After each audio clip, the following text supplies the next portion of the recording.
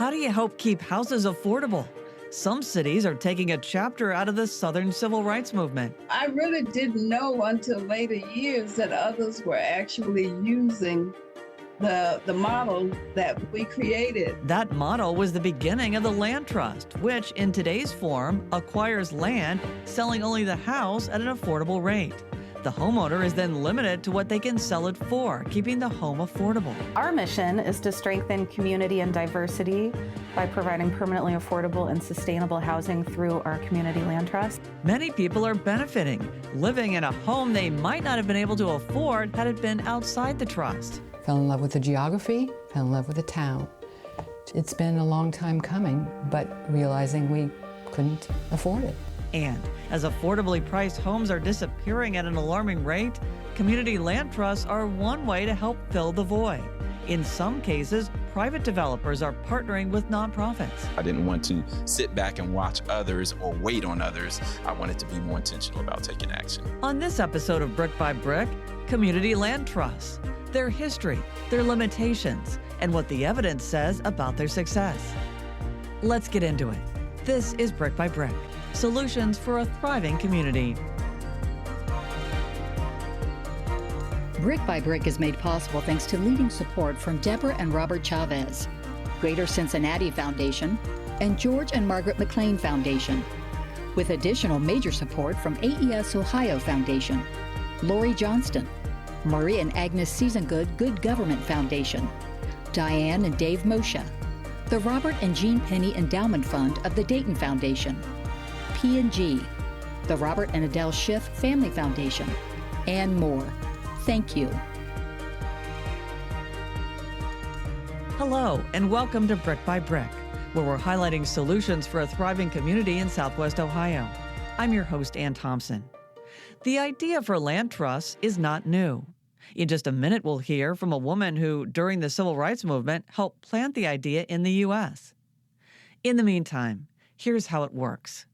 Nonprofits acquire land with the help of donations, fundraising, and subsidies. These trusts retain ownership of the land in perpetuity, but develop and sell housing at an affordable rate. Down the road, when the homeowner gets ready to move, that person can only sell for a set amount, keeping the home affordable to the next person, and so on. There are 308 community land trusts, or CLTs, in the U.S., according to the Lincoln Institute of Land Policy, which released a report in November. It surveyed 115 of them, looking at their expansion and their operation, and issued recommendations, which we'll get to later in the pod. But first, let's focus on Albany, Georgia in the 1960s. Early in the decade, more than 1,000 blacks were jailed in what historians say was the first mass movement in the modern civil rights era. Martin Luther King Jr. came and left in December 1961, unable to solve the crisis. Activist Shirley Sherrod and her late husband Charles recognized the problem. As we were helping people to exercise their right to vote, children integrating formerly white schools and so forth, those who were living on land owned by white landowners would get kicked off the land because of their efforts to try to exercise their rights. That's when the Sherrods and a handful of others knew something had to be done. 8 of them traveled to Israel to learn about the kibbutz. They were also inspired by community-owned land in England, India, Tanzania, and Mexico. When they came back from Israel, they bought 6,000 acres where hundreds of African Americans could live in southwest Georgia. This laid the groundwork for the land trust. So the original plan was that they would actually become homeowners. They would get a long-term renewable lease on the plot where their house was located. So they would actually own the home. And then we all owned the land together. That plan was about 400 and some pages. I mean, we planned every phase of that community. And the people who were going to live there became part of that planning process. You know, it was really empowering to hear people talk about what they wanted in education, what they wanted in healthcare, and we're willing to work for that. But of course, because of the opposition, we couldn't move forward. shots fired at the few buildings on the land, and vetoes of federal money to build houses. So, the new community's land trust pivoted, instead farming the land. That worked until a drought hit, prompting foreclosure in 1985. Sherrod and others didn't give up. Many years later, in 2009, they won a class action lawsuit against the USDA and bought a former slave plantation, which they now use to train farmers, partnering with area colleges. The idea is you don't have to grow peanuts and cotton, which take lots of equipment. We have training plots for growing rice where using less seed, less water, less chemicals. We have truffles. This year, planted grapes for winemaking. Sherrod says there's not enough land for houses, but she is inspired by how new communities spurred community land trusts all over the U.S. some 30 years later. Yellow Springs, Ohio has a connection to the civil rights movement. Shirley Sherrod got her master's degree from Antioch College, and Martin Luther King Jr.'s wife, the former Coretta Scott, graduated from there. Yellow Springs also has one of the oldest community land trusts. Brick by Brick's Hearns Laguerre Jr. reports on how it operates, how it differs from one in Cincinnati, and how both are helping people find affordable housing. Valerie Cronus-Bickett wanted to buy a house in Yellow Springs, Ohio. 2 of our 3 kids went to Antioch, graduated from Antioch. Along the way, 25 years of, maybe longer, we've been coming up here. Fell in love with the geography, fell in love with the town.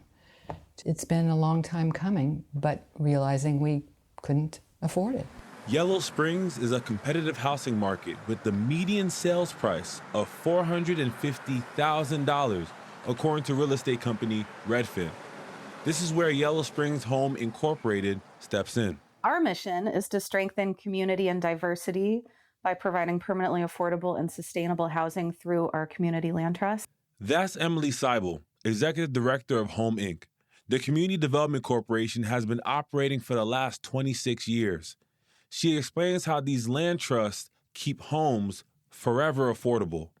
So we're taking land and putting it into a trust that has community governance. We're preserving public subsidy for the greater good, and we're thinking generations ahead because land is very powerful.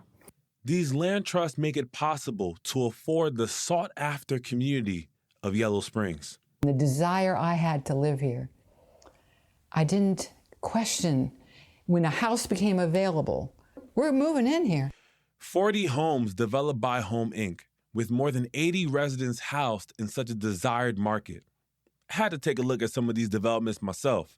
First stop was at the Glen Cottages Pocket neighborhood, which is 12 units. It's half rental, half for sale, all part of the Community Land Trust. Okay. And it was designed to be really inclusive and to create a sense of community and pedestrian connectivity. The cool part about this land trust is that it brings in about $100,000 in annual property tax revenue, right? In addition to that, I think you guys invested $7 million in the 26 years that you guys have been here. What does that impact mean to the community? I think there are a couple of different ways that it impacts the community. Obviously, we're improving the local housing stock, creating housing that meets big gaps in our market. In Yellow Springs, property is really valuable, so even someone making the median income can't afford the median home sale price. Mm-hmm. Tell me a little bit about the hope or where you guys are trying to expand to. Right now, we have construction underway on a 32-unit new project about a block that way, if you want to check it out. Yeah, let's do it. This is the future site of the Cascades project, Okay. Which is over 10 years in the making. Wow. It's at least a $10 million project, Wow. and we're doing it in phases. The funding stack does not include tax credits. What does it mean to you to know that the land trust is expanding to new land here? Oh, it's awesome just to be at the point where we're able to move forward with this long-awaited project that is so wanted by seniors and so rooted in community and is a wonderful feeling. New construction is also underway in the Avondale neighborhood in Cincinnati. It will add to the stock of an alternative land trust. So we're a land trust, but we feel like we've evolved to have a solution for land trusts to deal with rental housing. Cool. So it's like a land trust hybrid. Yes, it's definitely a land trust hybrid. That's Margery Spinney, co-founder of the organization Renting Partnerships, which has a land trust that builds financial equity through resident participation in community management. It has elements of owning and elements of renting. Essentially, what we do is we project a budget, which includes turnover and vacancy allowances, like any rental housing property. What we do in our lease is contract with residents. This contract is called a rental equity agreement. You agree to at least 5 years. That's the only way you can access those credits. And you commit to the upkeep of the property, as well as attend monthly resident meetings and more. And what we have proven over the last 20-some years is that those commitments save enough money on the turnover and vacancy costs of operating a property that we can fund financial credits for our resident. Which helps residents like Joy, a single mother of 5 who lives in one of Margery's rental properties. She said her family spent 2 patient and prayerful years for better housing. I'm very just proud of the Lord for answering prayers and just having faith in me and just being able to have a beautiful home and it's safe and the environment's good for the kids. The structure and reliability of Renting Partnerships is something she didn't have before. Right before COVID, we moved into a duplex in Spring Grove Village. It was a lovely neighborhood, but the duplex itself was in pretty bad shape. And our landlord was a very busy man, and he was very hard to get a hold of. She says the community land trust is a great example for her kids. When Margie explained the way the program works, how tenants are looked at as like a team or family, you have a voice, and how you can earn equity by contributing to the home. As a mother, I'm like, some incentives, like they could see that hard work pays off. Whether it's in Cincinnati or in Yellow Springs, this all-in-this-together mindset towards land trusts can impact residents in unique and profound ways. What makes a good community is that you have a relationship with the land, that the landscape can speak to you too. The landscape was part of the health of the community then. Thanks for that, Hearns. And thanks for explaining that the land trust could take different forms. I appreciated hearing about those examples. And it's interesting how this effort could possibly lead to a land trust in Dayton. Yeah, Destiny Brown, she works with the Dayton Tennis Union, and she shared with me that they're currently stalled on their land trust as they figure out some logistical issues with the Public Housing Authority. So, it's not so easy just to create a land trust. It needs to take some time and there's a lot of steps to it, but they're pressing forward because, as Destiny shared with me, having a land trust will fill a major need in creating affordable housing in that community. That's good news. We'll catch up with you later in the takeaways. Yes, ma'am. A different Cincinnati land trust than the one Hearns talked about was the nation's first urban CLT. So unlike some other community land trusts, it was in a city. The Community Land Cooperative of Cincinnati was founded in 1981. Seven Hills Community Housing in the West End took it over, and in the last decade converted it to traditional housing, selling both the land and the house affordably to buyers, so it's no longer a land trust. The largest land trust in the country has more than 3,000 properties, and it's in Vermont. But most have fewer than 100 properties. In states like California, New York, and Washington, where housing costs are high, there are multiple land trusts. California has more than 40. And CLTs are expanding to Florida, Texas, and across the Midwest. This is in part to ward off what is known as disaster gentrification. So despite flooding and wildfires, where new construction can raise home and property values, the land can remain affordable. Community land trusts have evolved. The Lincoln Institute of Land Policy says no two are alike. The Atlanta Land Bank has a traditional model, selling homes to qualified families while retaining ownership of the underlying land. Executive Director Amanda Rhein says it and other Atlanta nonprofits are focused on the redevelopment of a 22-mile corridor around the inner city. It's attracting a lot of investment and jobs, and as a result, putting pressure on those historic Black neighborhoods that are in the immediate area. And so what we're doing is trying to preserve affordability in those historically Black communities. Many land trusts have moved from single developments to scattered sites and from new development to buying existing homes, including Atlanta. The land trust has 70 homes with another 100 in development and another 175 in the pipeline. About half of our inventory is townhomes and about half are single family homes. So it's a mix of those two. Looking to the future, we'll probably have a couple of additional housing typologies, including accessory dwelling units and duplexes. About 88% of people who own homes inside a land trust are first-time homebuyers. In Durham, North Carolina, one study showed the CLT was successful in stabilizing the neighborhood and preserving affordable housing. And the owner-occupied housing rate increased inside the land trust more than in the city of Durham, which had a much higher per capita income. Also, rents increased less for properties managed by the land trust. CLTs also give people a stake in the neighborhood development and collective decision-making. Rutgers analyzed a large CLT in Minneapolis and says it found strong evidence that land trust properties played a role in stabilizing the city's neighborhoods that were hit hardest by the foreclosure crisis.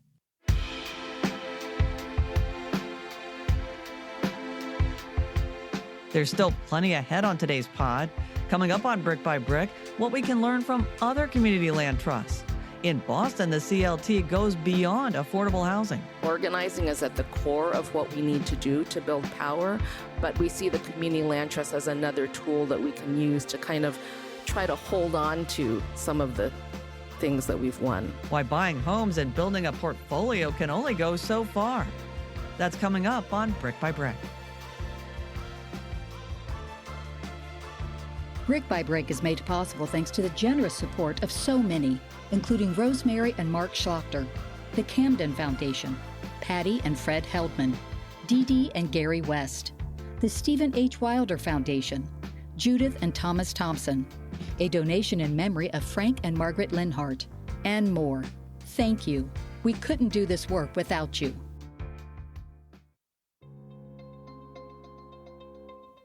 You know, when we talk about thriving in our neighborhoods, I tend to think about sustainability because any improvements we make, we want them to endure, right? Hi, my name's Mark Lammers and I'm the executive producer for Brick by Brick. And while our team stays focused on exploring and uncovering the next viable solution to what ails us, we're looking to you to help hold us accountable and keep this thing sustainable. And while a donation does go a long way at CET and Think TV, in this case, we're just asking for a little time and feedback. Right now, there's a big green button on our website and a link in the podcast show notes to our audience feedback form. We'd be so grateful if you shared your thoughts about the work we're doing so we can keep improving and connecting solution-minded neighbors like yourself with the social responses that will move our cities in the right direction. Your feedback also helps us seek funding to keep this effort going. We appreciate your time and can't wait to hear from someone in every neighborhood. Thank you.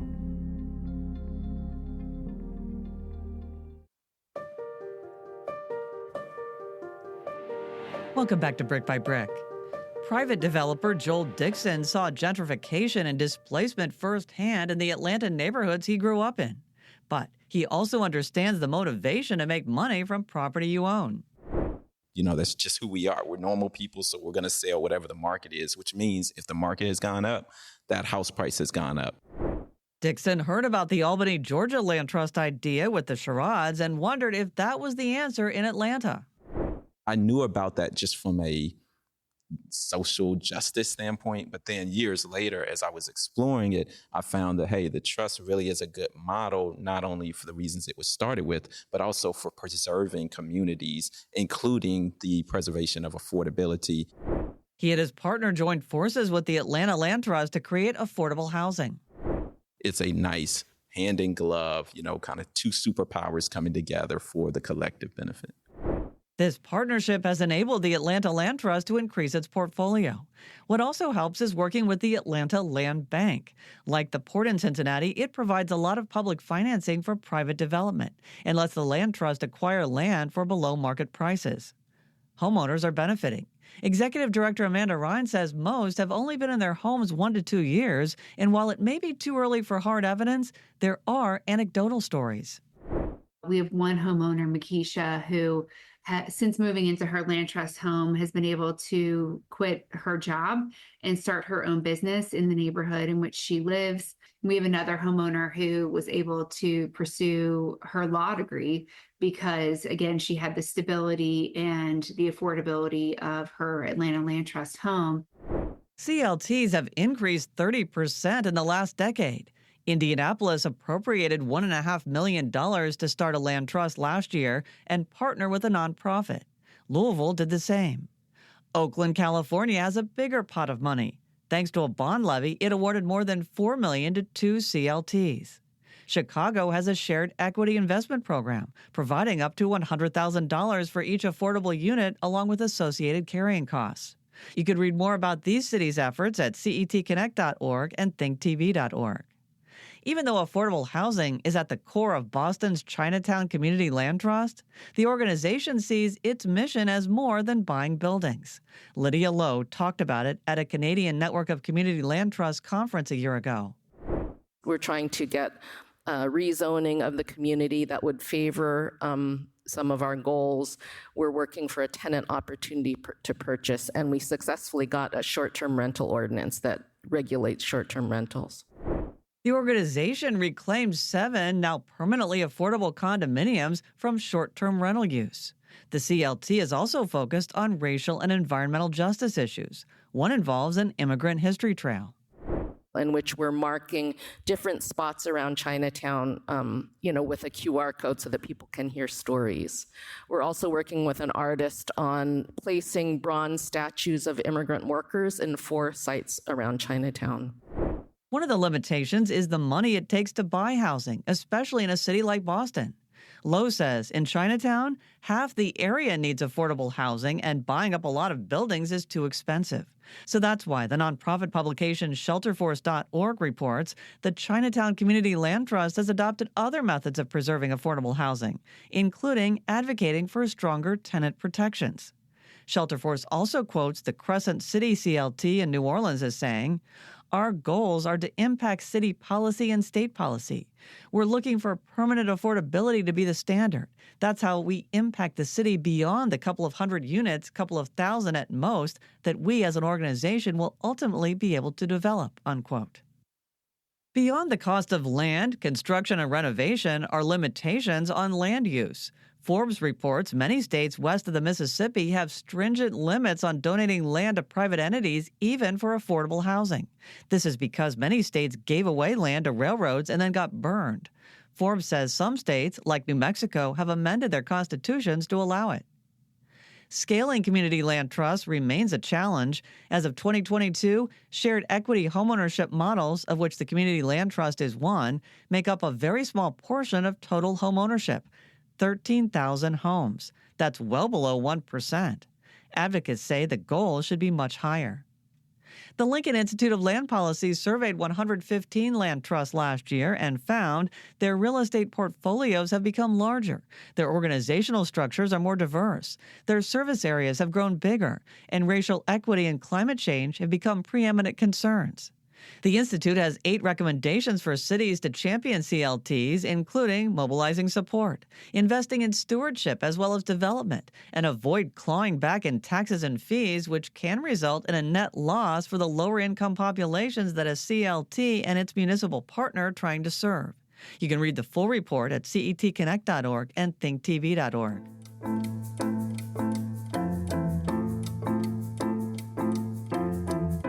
We want to hear from you as Brick by Brick develops more episodes.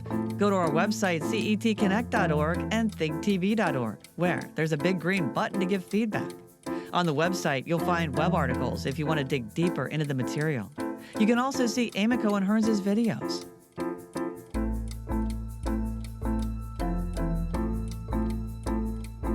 We've come to the end of the episode talking about land trusts. Really a lot to think about here.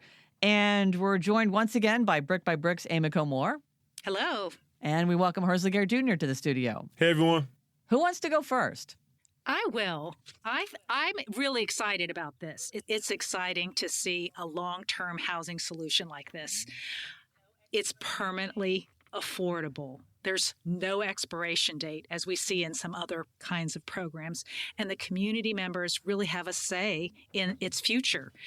Think about how much time, energy, money, programs there are to create affordable housing. And I think the importance of housing stability cannot be overstated. It's so vital for families. I think this could be a huge building block for building thriving communities. Yeah, Miko, I think you're totally right, because we see land trusts popping up in communities all across the country in order to sustain affordable housing. One example I really liked was out in San Francisco. The San Francisco Community Land Trust created theirs 9 years ago to keep a popular and increasingly expensive neighborhood from raising the rates of a 20-unit apartment building. So, we see these examples happening, and we see communities, coming together in order to sustain their community and so that they can thrive themselves. And if you think about it, that really is the one stumbling block cost to expanding community land trusts, because many of them have fewer than 100 properties. And if you want to expand, you're just going to run into that problem of not having enough money. Yeah, and I think that's why you have places like Connecticut, and they're trying to change their laws in regards to property taxes in order to make it cost effective. And as I understand it, there are 20 states that have taken steps that have laws on the books that enable or foster CLT development. In addition, states like Vermont have provided additional sources of funding. What else is on your mind? Yeah, I just find it interesting that, even though there are different communities from east to west, you have a lot of these people who are joining together in order to see what they can do, because things are getting more expensive, and in order to keep a property at the same price, to give families who are trying to get into the housing market, in order to give them a chance, these land trusts are coming in clutch, because it's giving them an opportunity to do that. That's what we think. We want you to be part of this solution conversation. You can share your thoughts via our webpage or by emailing brickbybrick@publicmediaconnect.org. Thanks, guys. No problem. Thank you. Coming up in the next episode of Brick by Brick, the housing stock in Cincinnati and Dayton is old, with many 80-plus years. They're currently living with giant holes or rooms that they can't even go in because there's buckets with trying to catch the rainfall that comes in. And so people have continued to live in these houses. And so we want to be able to get more funding to do more. On the next Brick by Brick, we look at preservation and its importance for creating or maintaining housing. That's our show. If you like what you hear, please rate and review our podcast. It helps finding the pod a little easier. If you like what you heard, please share it with your friends, family, or your neighborhood council. For Hernsley Gare Jr. and Emiko Moore, I'm Ann Thompson. We'll be back soon with more solutions. Take care. Our show is produced, hosted, and edited by me, Ann Thompson, with reporting and story editing from Hernsley Gare Jr. and Emiko Moore. Our executive producer is Mark Lammers. Our show consultant is Gloria Skursky. Gabe Wimberly is our audio engineer and mixer. Zach Kramer runs the lights and cameras. Derek Smith is our production specialist, and Jason Garrison is our production manager. Kelly May heads up our marketing and promotions, along with Mike Shea and Bridget Dillenberger. Alyssa Stephenson handles the website, and Steve Wright is our designer. Bill Dean and Andreas Kruja are the engineers for the show, and our chief content officer is Colin Shenamblo. Our music is from Universal Production Music. Brick by Brick, Solutions for a Thriving Community is a production of CET and Think TV, Southwest Ohio PBS member stations.